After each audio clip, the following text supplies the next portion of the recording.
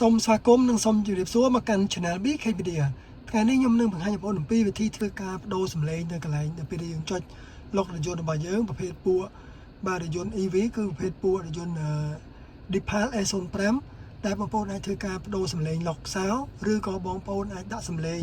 upload ជាសំឡេងណាមួយបងប្អូនពេញចិត្តឬក៏បងប្អូនអាច record សំឡេងផ្សេងៗទៀតក៏បានដើម្បីធ្វើការដាក់គឺឧទាហរណ៍ថាបងប្អូនកំពុងតែឈរនៅទីតាំងនេះបងប្អូនទៅរករូបរថយន្តនេះមកបាទហើយបងប្អូនអស់មករកពីតា sound បាទកន្លែងនេះគឺ sound បាទទៅ sound មកឲ្យបងប្អូនអូបាទ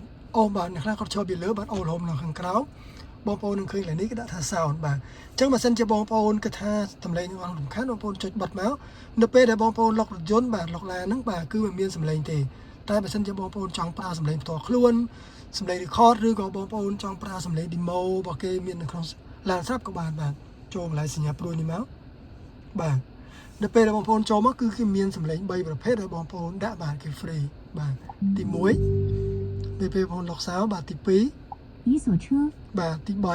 3ចឹងបើសិនជាបងប្អូនមិនពេញចិត្តសំឡេងទាំង3នេះទេបងប្អូនអាចដាក់ USB បងប្អូន upload ចូលមកសំឡេងណាមួយដែលបងប្អូនពេញចិត្តបាទដូចជាចម្រៀងដូចជាទៅបាទខ្ញុំសូមតេស្តបាទខ្ញុំគឺ UD នេះបាទគឺជា USB របស់ខ្ញុំសូមដាក់ដួងនេត្រានេះមួយចុះបាទសំឡេងចម្រៀងនេះចុះបាទជាសំឡេងឡុកសោរបស់ខ្ញុំបាទនេះគឺជាសំឡេង USB បាទខ្ញុំសូមចេញទៅវិញបើសិនជាបងប្អូនដាក់សំឡេងនេះបាទខ្ញុំសូមចេញវិញឲ្យខ្លាចជាប់ license របស់គេបាទបងប្អូននឹងបានសំឡេងនោះបាទមួយទៀតបើសិនជាបងប្អូនចង់ record សំឡេងណាដែលបងគិតថាពីរោះសម្រាប់ផ្ទាល់ខ្លួនបងប្អូនចុចកន្លែង record មកកន្លែង record គឺគេ record រហូតដល់15នាទីបាទកន្លែងនេះគេដាក់5នាទីបាទ5នាទីអញ្ចឹងបងប្អូនអាចចុច record បានចុចកន្លែងនេះជាប់មកបងប្អូនអាច record បានដែរបាទនៅពេលបានបងប្អូនអាច save ហើយយូរមកបងប្អូនពេញចិត្តទេគឺបងប្អូនបាទ delete ឬក៏បងប្អូនចុច play សាកល្បងក៏បានបាទអញ្ចឹងខ្ញុំសូម delete ចោលខ្ញុំ confirm បាទអញ្ចឹងខ្ញុំចេញមកវិញបាទនេះគឺជាវិធីខ្លីៗបាទដើម្បីបង្ហាញអំពីវិធីធ្វើការដាក់សំឡេងនៅពេលដែលបងប្អូនបានឡុកសោហ្នឹងឲ្យវាបដូរសំឡេងតាម